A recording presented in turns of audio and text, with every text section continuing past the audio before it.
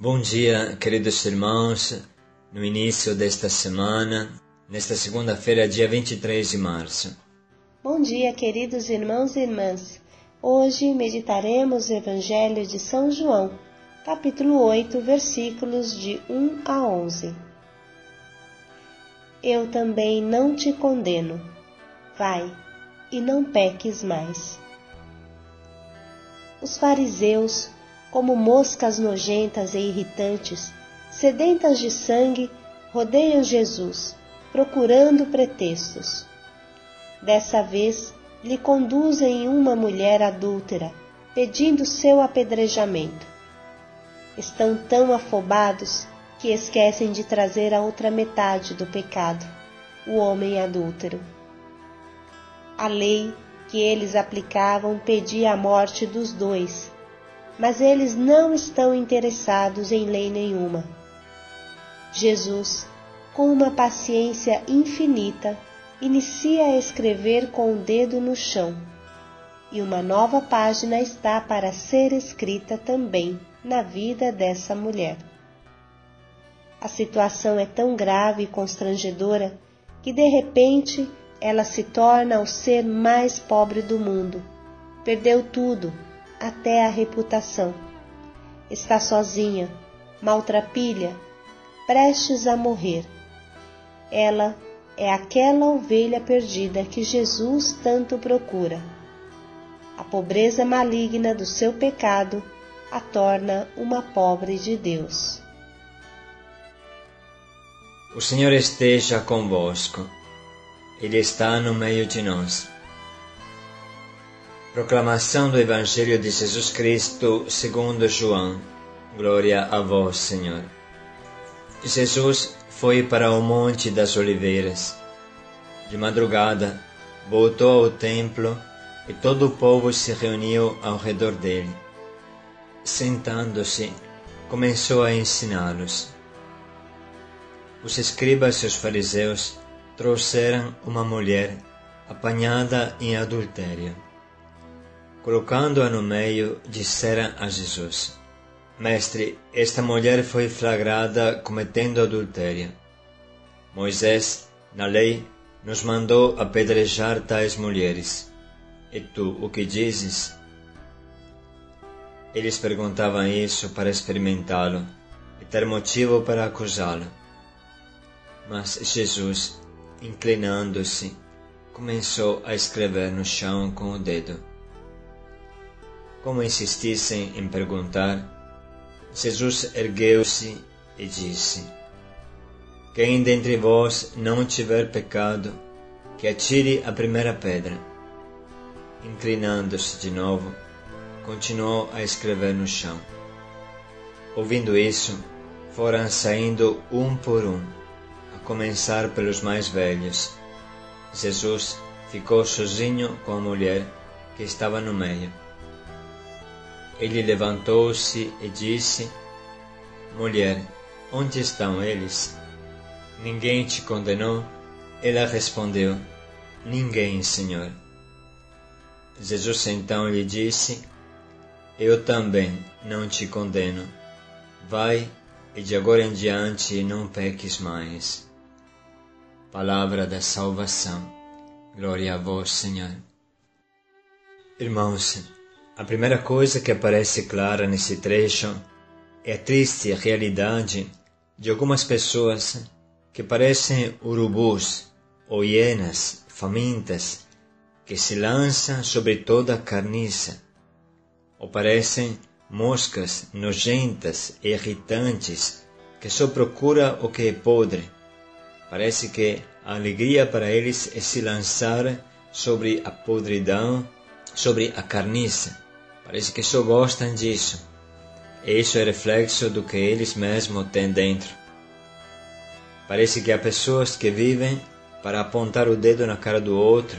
E a palavra que mais eles têm na boca é: eu não gosto de coisa errada. Eu faço tudo certo e quero que os outros façam certo igual eu. Vocês entendem como é difícil lidar com esta pessoa que se fecha. Parece que ela é a única certa neste mundo e não consegue enxergar o mal que está nela. Assim eram estes fariseus, que infelizmente muitas vezes são um símbolo do que existe dentro de nós e que devemos lutar. Esses fariseus estão tão afobados que esquecem algo fundamental. Uma mulher, para cometer adultério, ela tem que ter um homem. Então eles levam esta mulher sozinha e esquecem a outra metade do pecado. Se eles quisessem observar a lei de verdade, então se lembrariam que a lei previa o apedrejamento dos dois, a matança, a morte dos dois. Mas eles não estão interessados em lei nenhuma. Eles só querem pegar Jesus em alguma coisa errada. Se Jesus tivesse falado é para apedrejar, então teria acusado Jesus de não ser misericordioso. E se Jesus tivesse falado não apedrejemos, não atiremos pedra, então teria acusado Jesus de não respeitar a lei. E claro que esta era uma armadilha para Jesus, uma armadilha feita às custas de uma pobre mulher. E atenção, a primeira coisa que aparece claro é a triste realidade que muitas vezes as mulheres são deixadas sozinhas nos momentos mais difíceis da vida. É claro que esta mulher errou, não há dúvida, mas aonde está a outra parte? Aonde está o homem? Será que este é o único modo para resolver as coisas? Vamos escutar juntos um trecho da carta de São João Paulo II às mulheres, que nesta manhã nos ajudará na nossa meditação. A mulher surpreendida em adultério. Jesus entra na situação concreta e histórica da mulher, situação sobre a qual pesa a herança do pecado. Primeiro ele desperta a consciência do pecado nos homens que a acusam para apedrejá-la, manifestando assim a sua profunda capacidade de ver as consciências e as obras humanas segundo a verdade. Jesus parece dizer aos acusadores: esta mulher, com todo o seu pecado, não é talvez também, e antes de tudo, uma confirmação das vossas transgressões, da vossa injustiça masculina, dos vossos abusos? Esta é uma verdade válida para todo o gênero humano. O fato narrado no Evangelho de João pode apresentar-se em inúmeras situações análogas, em todas as épocas da história. Uma mulher é deixada só, é exposta diante da opinião pública com o seu pecado, enquanto por detrás deste se esconde um homem como pecador, culpado pelo pecado do outro, antes corresponsável do mesmo. É significativo o comportamento de Jesus no fato descrito no Evangelho de João 8:3-11. Talvez em poucos momentos, como neste, se manifesta o seu poder, o poder da verdade, a respeito das consciências humanas. Continuando a nossa reflexão, eu convido a todos a se colocarem na pele desta mulher. Vamos nos colocar no lugar dela para sentir o que ela está sentindo. Seguramente a condição em que se encontrava esta mulher era uma condição triste. Ela no meio, ao redor uma multidão enfurecida, ela daquele jeito, maltrapilha, tratada igual um pano de chão, jogada no chão. Nesse momento, Jesus tem uma autoridade suprema como ele tem de verdade. A vida e a morte desta mulher dependem de Jesus. Se ele faz um gesto, se ele diz apedrejem, ela morrerá. Se Jesus salva ela, ela viverá para sempre. E a situação desta mulher é realmente a situação de cada ser humano. E Jesus faz o quê? Ele se reclina. Ele escreve com o dedo no chão. Muitas vezes eu pensei, o que significa escrever no dedo no chão? O que significa se reclinar? Se reclinar significa o abaixar-se ao nível desta mulher que ela precipitou. Entende que não há maior pobre do que um pecador na condição dela. Ela perdeu tudo. Está para perder a vida e perdeu a reputação. Ela não tem mais nada. Ela se tornou realmente o ser mais pobre que existe neste mundo.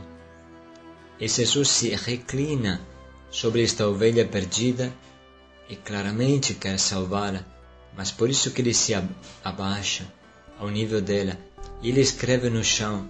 Me parece quase como escrever uma nova vida no coração desta mulher, com o seu dedo, o mesmo dedo que criou o universo, que criou o mundo. Ele está criando uma nova realidade na vida desta mulher.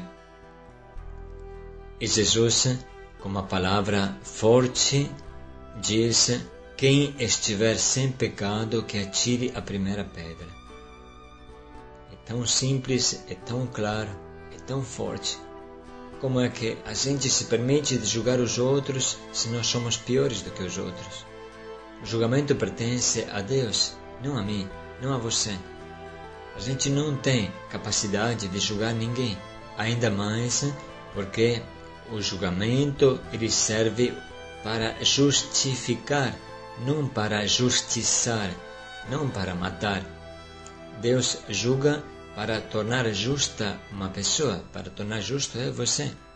Mas se Jesus nos tratasse como merecemos, eu acho que não sobraria nada a não ser cinza de nós. Então, só Jesus é capaz de julgar porque Ele ama. Ele levanta esta mulher. Ele quer levantar esta mulher e a defende. Entende? Com esta palavra, quem estiver sem pecado, que atire a primeira pedra, ele está protegendo esta mulher. Desta forma, Jesus nos indica o caminho. O que nós devemos fazer não é justiçar e matar os outros, que inclusive é difícil enxergar o bem e o mal no coração de uma pessoa. Mas o que nós devemos fazer é resgatar, dar uma nova chance, acompanhar. E atenção que isso custará a vida de Jesus, porque seguramente os fariseus não ficarão satisfeitos com esta palavra de Jesus. Mas o Papa João Paulo II, com uma grande profundidade, ele coloca em destaque o relacionamento entre homem e mulher. Vale a pena escutar esse trecho que faz parte da nossa vocação profunda da Missão Belém. São João Paulo II, ele diz que a vida da mulher é entregue ao homem, ao ser masculino, e a vida do homem é entregue à mulher. Como falamos, esse trecho se encontra na carta às mulheres e é o comentário a este trecho do Evangelho que hoje estamos meditando. São João Paulo II explica este Evangelho mostrando como a vida de nós seres humanos é entregue um ao outro. Lembramos aquela frase que se encontra em Gênesis, que tanto amamos: pedirei conta da vida do homem ao homem e a cada um do seu irmão. E de forma especial, fala o Papa João Paulo II, pedirei conta da vida da mulher ao homem masculino e pedirei conta da vida de todos os homens às mulheres. Esta é uma realidade sobre a qual nós podemos refletir com atenção, porque como Missão Belém é a nossa vocação específica. Vamos ouvir a palavra de São João Paulo II. Jesus está tranquilo, recolhido, pensativo. A sua consciência, aqui como no colóquio com os fariseus, Mateus 19, 3-9, não estará talvez em contato com o mistério do princípio, quando o homem foi criado homem e mulher, e a mulher foi confiada ao homem com a sua diversidade feminina e também com a sua potencial maternidade. Também o homem foi confiado pelo Criador à mulher. Foram reciprocamente confiados um ao outro, como pessoas feitas à imagem e semelhança do próprio Deus. Nesse ato de confiança está a medida do amor esponsal. Para tornar-se um dom sincero um para o outro, é preciso que cada um dos dois se sinta responsável pelo dom. Esta medida destina-se aos dois, homem e mulher, desde o princípio. Após o pecado original, forças opostas operam no homem e na mulher, por causa da tríplice concupiscência, fonte do pecado. Essas forças agem no interior do homem. Por isso Jesus dirá no Sermão da Montanha: todo aquele que olhar para uma mulher com mau desejo, já com ela cometeu adultério no seu coração. Mateus 5:28. Estas palavras, dirigidas diretamente ao homem, mostram a verdade fundamental da sua responsabilidade em relação à mulher, pela sua dignidade, pela sua maternidade, pela sua vocação. Mas, indiretamente, elas se referem também à mulher. Cristo fazia tudo o que estava ao seu alcance para que, no âmbito dos costumes e das relações sociais daquele tempo, as mulheres reconhecessem no seu ensinamento e no seu agir a subjetividade e dignidade que lhes são próprias. Tendo por base a eterna unidade dos dois, esta dignidade depende diretamente da própria mulher, como sujeito responsável por si, e é, ao mesmo tempo, dada como responsabilidade ao homem. Coerentemente, Cristo apela para a responsabilidade do homem. Por isso, cada homem deve olhar para dentro de si e ver se aquela que lhe é confiada como irmã na mesma humanidade, como esposa, não se tenha tornado objeto de adultério no seu coração. Se aquela, que sob diversos aspectos é o co-sujeito da sua existência no mundo, não se tenha tornado para ele objeto de prazer, de exploração. Acredito, irmãos, que esta pequena reflexão desta manhã seja suficiente para viver o nosso dia. Vamos ficar com o Evangelho no coração. Jesus, inclinando-se, começou a escrever no chão com o dedo. Como insistissem em perguntar, Jesus ergueu-se e disse: quem dentre vós não tiver pecado, atire a primeira pedra. Inclinando-se de novo, continuou a escrever no chão. Mulher, onde estão eles? Ninguém te condenou? Ela respondeu: ninguém, Senhor.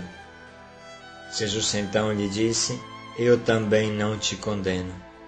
Vai e de agora em diante não peques mais. Que possamos ter a atitude de Jesus durante todo este dia. Paz e alegria a todos.